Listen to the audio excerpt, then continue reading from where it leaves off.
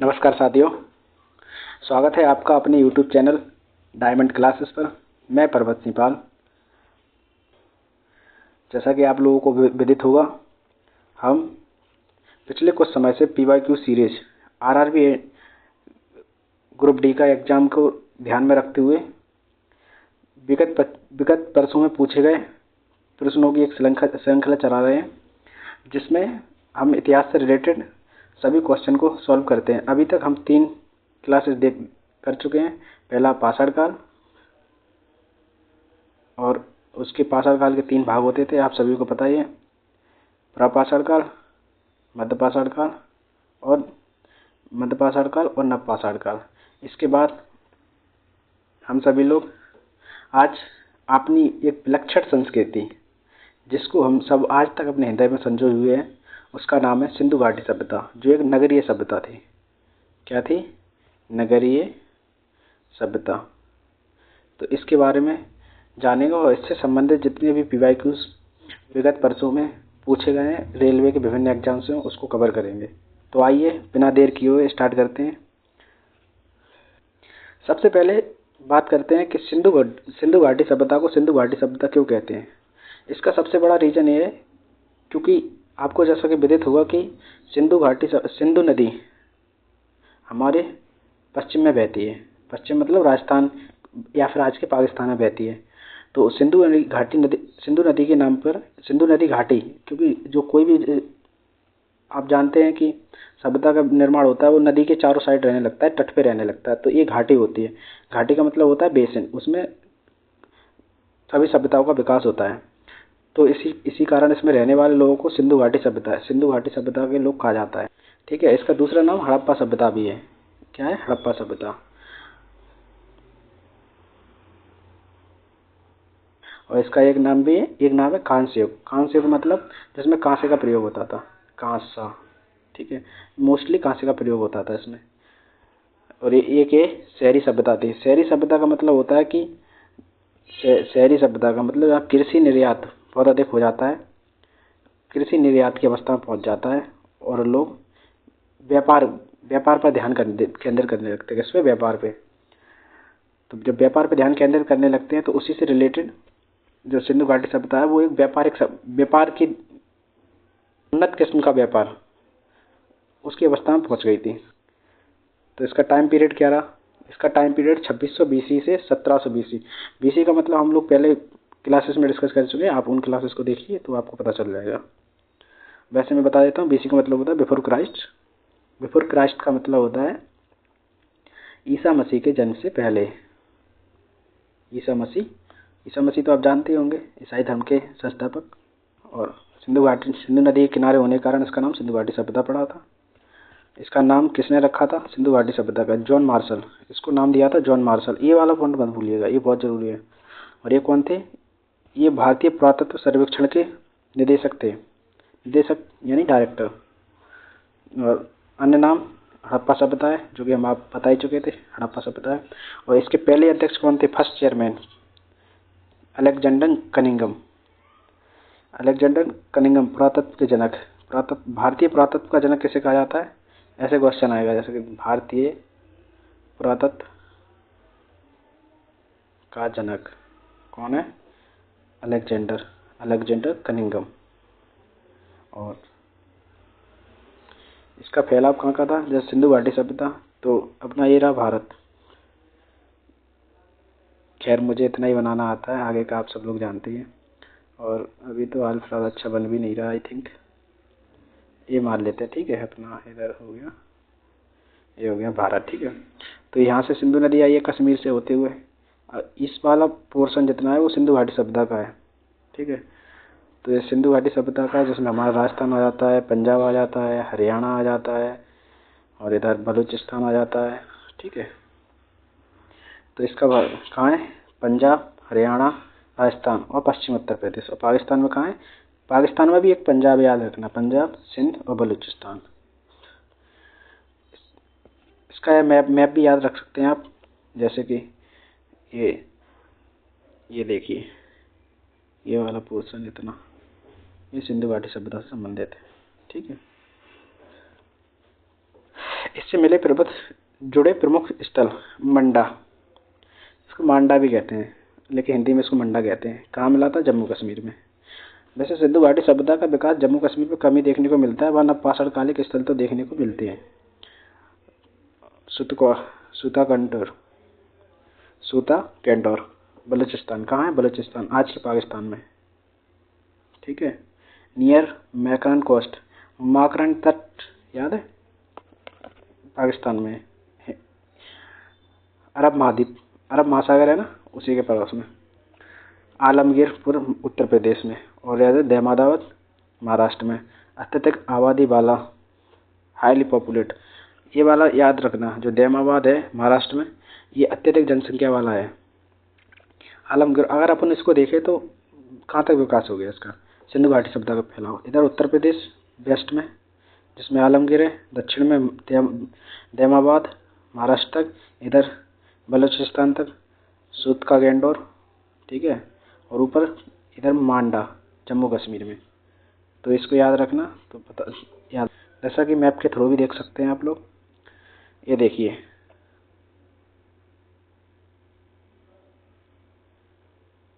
दहमाबाद महाराष्ट्र में अत्यधिक आबादी वाला, आलमगीर उत्तर प्रदेश में।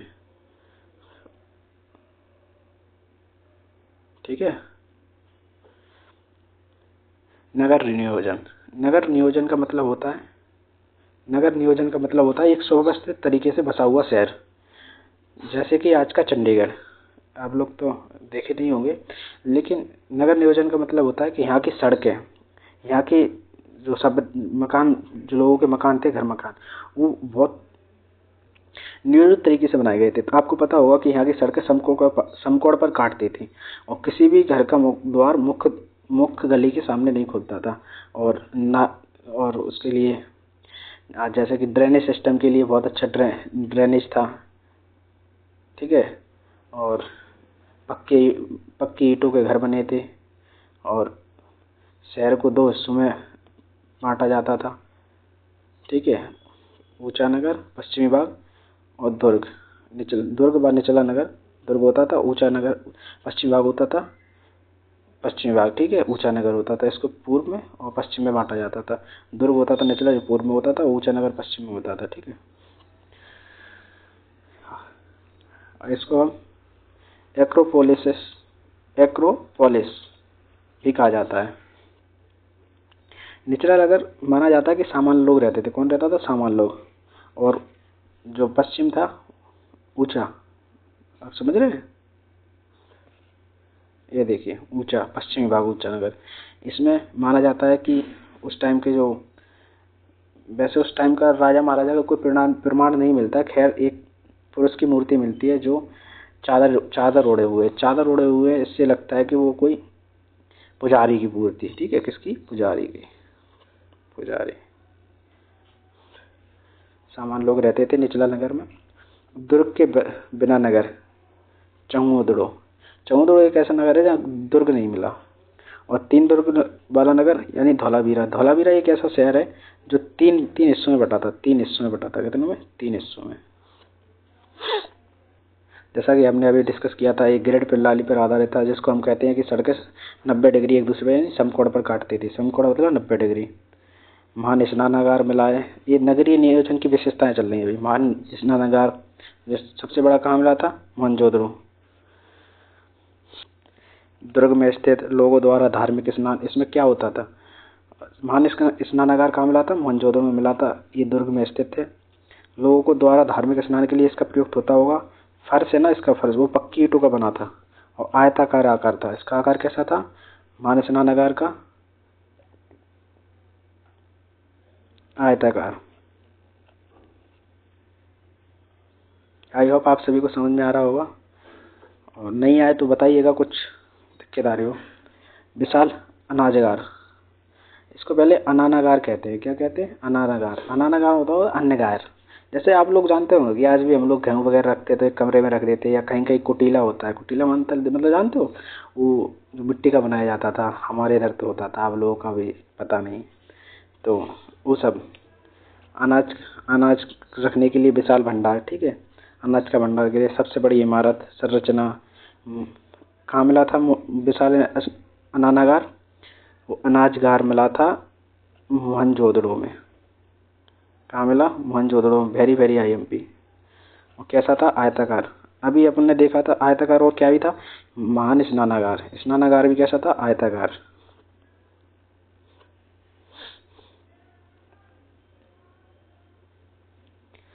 इसके अलावा कहाँ मिला था?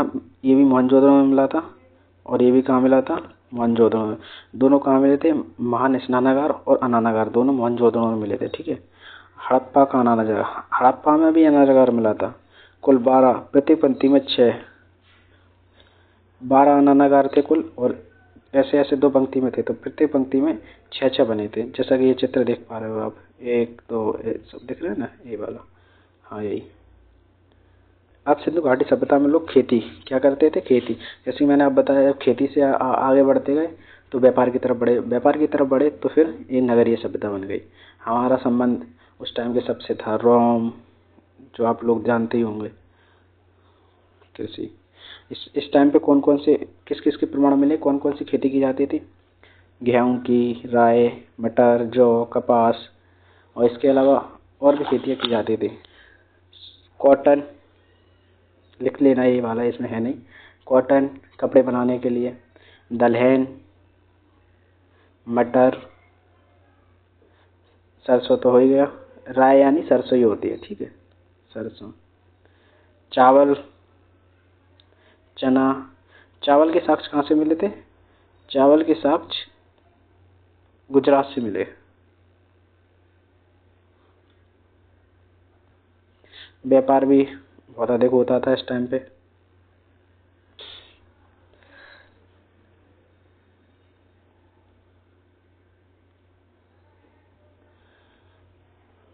आपको पता है खेती के प्रमाण, खेत जोते होने के प्रमाण भी मिले हैं, और उसमें हल का फाल भी मिला है। फाल कहाँ से मिला? कालीबंगन, राजस्थान से। पानी संग्रह हेतु बलूचिस्तान और अफगानिस्तान में एक, मतलब जो सिंधु घाटी सभ्यता के लोग पानी संग्रह हेतु भी बहुत सी चीज़ों का उपयोग करते थे, जिसमें बलूचिस्तान में इसका प्रमाण मिला है। कहाँ? क्या है? गबरबंद नाला। क्या है? गबरबंद नाला। और सिंधु घाटी सभ्यता के लोग पशुपालक भी होते थे। धान, लोथल गुजरात से मिला है, जो अभी बताए थे हम। वे कपास उत्पादक करने वाले पहले थे। ठीक है। चरखा मिला, जिसे सिंटन कहा जाता है। जब आप जानते ही हैं कि कपास भी होता था, कॉटन, सॉरी, हाँ कॉटन या कपास दोनों एक ही बात होती है। जब कपास भी मिला था तो चरखा भी है, क्योंकि वो वस्त्र भी बनाते थे। ठीक है। और पशुपालन करते थे। पशुपालन किसका करते थे? भैंस, बकरी, भेड़, सुअर और बैल। ये वाला पूछ सकता है, बैल के प्रमाण मिले थे सिंधु घाटी सभ्यता में। ठीक है। सिंधु घाटी सभ्यता में मंदिर का कोई प्रमाण नहीं मिलता है। मुख्यतः वो मूर्ति पूजक थे, क्योंकि आपको पता है पशुपतिनाथ की मूर्ति मिली है। किसकी? पशुपतिनाथ। और प्रकृति पूजक भी थे वो। ठीक है। और यज्ञ के भी साक्ष्य मिले हैं, क्योंकि राख के साक्ष्य मिले हैं वहाँ से। तो वो सब। गाय का पालतूकरण, इसका कोई साक्ष्य नहीं है। गधे और ऊँट अच्छे भाग के रूप में यूज होते थे। ठीक है। घोड़े का प्रमाण सुरकोताड़ा, केवल एक है, सुरकोताड़ा। ठीक है, सुरकोटाड़ा। वैसे घोड़े के ज्यादा प्रमाण तो नहीं मिले, लेकिन एक हड्डी मिली है, तो ये मोस्टली पूछेगा नहीं, लेकिन अगर पूछ भी ले तो याद रखिएगा इसको। हाथियों के बारे में जानते थे? यस, मुद्राओं में चित्रित। ठीक है। और अब कुछ सवाल है, जैसे कि सिंधु घाटी सभ्यता एक विलक्षण सभ्यता है, क्यों माना जाता था? तो विलक्षण सभ्यता क्यों माना जाता था? विलक्षण सभ्यता को माने जाने के कारण इसका था सबसे बड़ा उन्नत नगर निर्माण। ठीक है। जल संरक्षण के लिए भी वो तालाब बनाते थे। जल संरक्षण के लिए तालाब बनाते थे, जिसका प्रमाण हमको धौलावीरा में से मिला है। ठीक है, धौलावीरा से मिला है। सिंधु घाटी सभ्यता के लोगों के बहुमंजिले मकान भी होते थे। बहुमंजिला।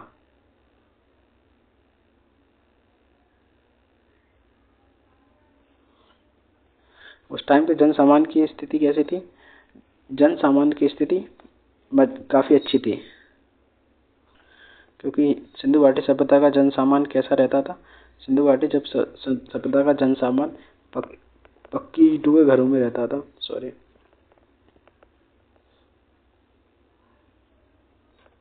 सिंधु घाटी सभ्यता के लोग जीववाद को फॉलो करते थे। जीववाद मतलब होता है ताबीज़ वगैरह, ठीक है, ताबीज़ वगैरह को गले में बांधने का, क्योंकि इसका प्रमाण मिला है। सिंधु घाटी सभ्यता के लोग शीतला माता की पूजा करते थे, जिसकी पहचान आज शीतला माता के रूप में हुई है, वो मूर्ति पूजा करते थे। सबसे बड़ा क्वेश्चन, सिंधु घाटी सभ्यता से एक नर्तकी की मूर्ति मिली है। किसकी? नर्तकी यानी डांस करने वाले। ये वाला क्वेश्चन बहुत पूछा जाता है। किसकी मूर्ति मिली है? जो किसकी है नृत्य की? कांस्य की। किसकी है? कांस्य की। मौर्य सबसे ज़्यादा मिली है। मौर्य।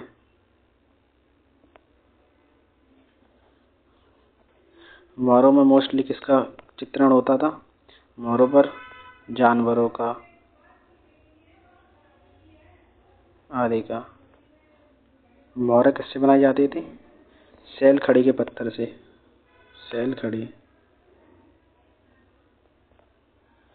ठीक है। तो आप सभी लोग समझ गए होंगे सिंधु घाटी सभ्यता से रिलेटेड इतना। तो आज के लिए इतना ही। मिलते हैं किसी अन्य वीडियो में। लाइक कीजिए, सब्सक्राइब कीजिए, प्लीज़ सपोर्ट कीजिए। Thank you, best of luck. और एग्ज़ाम की तैयारी में लगे रहिए, क्योंकि जैसा कि आप सभी लोग को पता ही है कि आपका एग्ज़ाम नवंबर में है, और नवंबर में मात्र अभी 2 मंथ बाकी है, ठीक है। तो आप लोग कर सकते हैं, मोस्टली आराम से हो सकता है, बस आप फॉलो करते रहिए और पढ़ते रहिए।